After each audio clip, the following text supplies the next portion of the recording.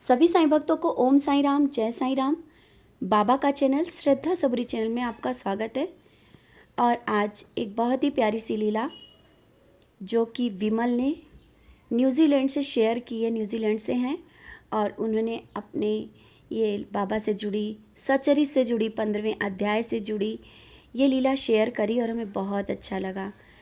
तो अक्सर आप सबसे कहा करते हैं कि अगर घर में कोई परेशानी है, आर्थिक परेशानी है, सामाजिक रूप से कोई परेशानी आ रही, रिश्तों में परेशानियाँ हैं, 15वां अध्याय पढ़ें। 15वां अध्याय का वीडियो चैनल पे भी अपलोड किया है हमने और उसके बारे में भी बताया है कि 15वां अध्याय क्यों पढ़ते हैं। आप सबको बहुत ही इस बारे में पता ही होगा कि 15वां अध्याय किस लिए पढ़ा जाता है। अक्सर सब लोग कहते हैं 15वां अध्याय डेली हम पढ़ते तो हैं, लेकिन उसका मतलब भी समझते होंगे कि क्यों पढ़ते हैं। अगर आप आर्थिक रूप से परेशान हैं, कोई रास्ता नहीं दिख रहा है, 15वां अध्याय पढ़ें। सामाजिक रूप से रिश्तों में अगर कोई दूरी आ गई है और किसी तरह से परेशान है तो 15वां अध्याय आपके जीवन को बदल के रख देता है। तो ये जो बाबा की लीला है विमल ने शेयर करी, बहुत ही अच्छा लगा आप सबके साथ ये बताएं तो आप सबका एक विश्वास और मजबूत हो जाए।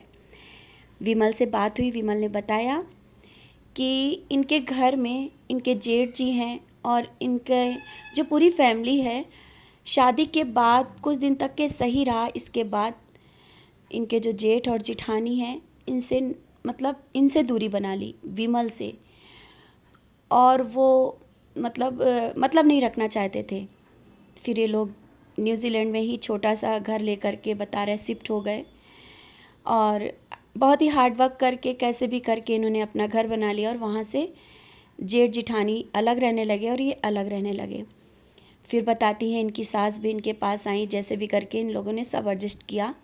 धीरे धीरे लाइफ चल रही थी, लेकिन इनके जेठ और जिठानी ने बात करना बंद कर दिया। बात करना ही नहीं चाहते थे, विमल को देखना ही नहीं चाहते थे और भाइयों में भी आपस में बात बंद हो गई।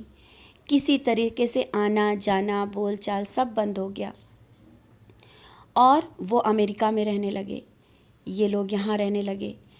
दूरियां बढ़ती चली गई, सालों बीत गए, बच्चे बड़े हो गए और दूरी बढ़ती रही। इसी बीच इनकी जेठानी का भी नहीं रही और कोरोना काल में उस बीच भी इन लोगों का आना जाना कोई नहीं रहा। और ये बाबा से यही प्रेयर करती रही, बाबा ठीक है वो लोग हमें ना करें, लेकिन भाई भाई तो एक हो जाएं। कोई भी नहीं चाहता है कि खून के रिश्ते दूर हो जाएं और सालों तक एक दूसरे से बात ना होना। शायद दोनों ही भाइयों के मन में बहुत बड़ी ये चीज़ रही होगी और रह जाती है कि रिश्ते जब दूर होते हैं ना तो मन में एक कहीं ना कहीं आस बनती है, लगता है कब ये होगा। और विमल ने बताया कि हम जब शिरडी गए कुछ साल पहले, तो शिरडी में भी द्वारका माई बाबा के पास बैठे जा कर के और बाबा से यही बोले कि बाबा जो रिश्ते में दूरी आई है ये दूर हो जाए, भले ही वो हमें माने या ना माने, हमको पूछे ना पूछे, लेकिन भाइयों में आपस में प्यार हो जाए, एक दूसरे से बात करने लगे। और सालों बीत गए, 15-16 साल हो गए, भाई एक दूसरे से बात नहीं किए, एक दूसरे से मिले नहीं और दूरी बढ़ती गई। लेकिन बाबा का चमत्कार ऐसा हुआ कि विमल ने 15वां अध्याय पढ़ना शुरू किया और ये 15वां अध्याय पढ़ते हुए शायद 3 महीने या 2 महीने जैसे भी अभी हुए होंगे और 15वां और 11वां अध्याय डेली पढ़ रही हैं। 3-4 महीने जो भी हुए हैं, पढ़ते ही पढ़ते अचानक ही बीच में ही इनके बड़े जेठ जी का फ़ोन आया। शायद उनका जन्मदिन था और आपस में दोनों भाइयों ने बात की और सबसे बड़ी चीज़ है कि उन्होंने पूछा कि विमल कहाँ है, जो कि विमल से नफ़रत करते थे। और दोनों भाइयों ने बहुत सालों बाद आपस में बात किया, रिश्तों में सुधार हुआ और उनकी बेटी की शादी है, उन्होंने बुलाया। ये भले ही आप सबको छोटी चीज़ लगे, लेकिन आप सब इस चीज़ से सीख सकते हैं कि सबके घर परिवार में जीवन में ये चीज़ें हैं। तो क्यों ना इधर उधर की बातें करने से अच्छा है कि हम सच्चरित उठाएं, 15वां अध्याय पढ़ें, अपने बाबा से कहें और बाबा रिश्तों को सुलझा देते हैं। ये सच है कि रिश्ते उलझते नहीं हैं, सुलझ जाते हैं। बस उनको ये मत पकड़ के बैठना है कि तुम सही कर लोगे। हम और आपके करने से कुछ नहीं होगा। आप सिर्फ बाबा के चरणों में बैठो और 15वां अध्याय पढ़ के देखो। आप आर्थिक रूप से भी परेशान हैं, वो परेशानी भी दूर होगी।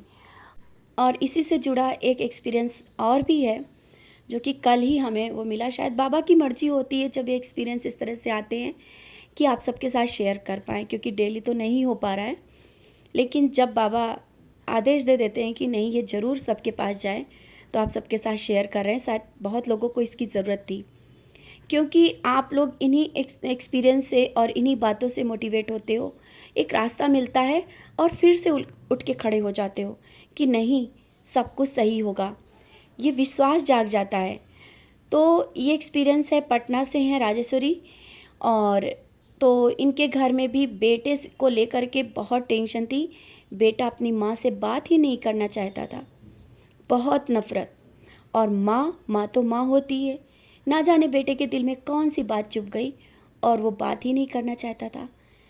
वो बेंगलोर में रहते हैं और बहुत दिनों तक माँ से बात नहीं किया, कोई भी बात नहीं हुई। माँ रो रो करके उनकी कॉल कर रही हैं, हमसे बात भी बताया कि मेरा बेटा हमसे बात नहीं कर रहा।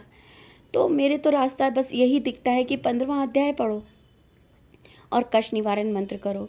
उन्होंने किया, रेगुलर 15वां अध्याय पढ़ती रहीं, कष्ट निवारण मंत्र किया, अर्जी लगाई और बाबा के आशीर्वाद से बिना कुछ कहे, बिना कुछ बोले, बिना कुछ बहस किए उनके बेटे ने बात की अपने माँ से।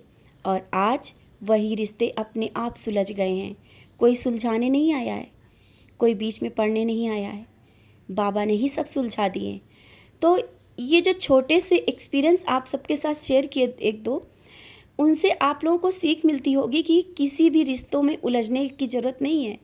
सिर्फ आप 15वां अध्याय पढ़ें, कष्ट निवारण मंत्र करें और बाबा से कहें, कुछ सबूरी रखें, कुछ दिनों का इंतज़ार करें, देखें आपके जीवन में चमत्कार होगा या नहीं। सब कुछ सही हो जाएगा, सब कुछ विश्वास के साथ इन चीज़ों को कहते हैं। आप एक बार इस तरह से करके देखें। 15वां अध्याय जो पढ़ रहे हैं उनके साथ भी बहुत बड़ी बड़ी लीलाएं हुई होंगी, बहुत से रिश्ते सुधरे होंगे, आर्थिक परेशानियां भी दूर हुई होंगी। ये जो 15वां अध्याय से जुड़ा जो एक्सपीरियंस है, इसीलिए आप सबके साथ शेयर किया। तो आप सब भी अपने जीवन में डेली एक अध्याय, 15वां अध्याय पढ़ें और डेली एक चैप्टर जो पढ़ते हैं पढ़ते रहें। 15वां अध्याय और 11वां अध्याय भी ज़रूर पढ़ें। आप अपने जीवन में एक नया बदलाव देखेंगे। तो आप सबके जीवन में बहुत से बदलाव इसी तरह से आते रहें, रिश्ते सुधरते रहें, सब परेशानियां दूर होती रहें। इसी के साथ ओम साई राम, जय साई राम।